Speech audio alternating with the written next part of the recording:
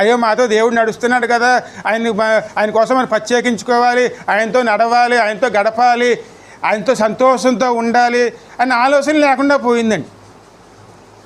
దేవునితో నడుస్తున్నటువంటి వారికి సంతోషం లేదు, మరి ఈ ప్రజలతో నడుస్తున్నటువంటి దేవునికి కూడా సంతోషం లేకుండా చేశారండి. ఎప్పుడు ఏమి జ్ఞాపకం వస్తున్నాయి అమ్మా?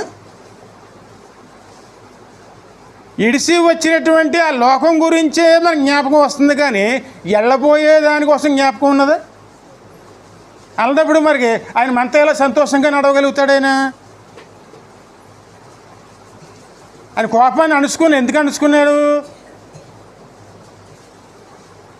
అన్యజనుల ఎదుట మనం అవమానపడకూడదు, ఎందుకంటే మనం నడిపించిన ఆయనకి అవమానం రాకూడదు, ఆయనతో నడవడానికి వచ్చిన మనకు కూడా అవమానం రాకుండా తన కోపాన్ని తను అణుచుకుని ఆయనే ఒక మార్గాన్ని చదువు. అందుకే ప్రథమ పాపలేని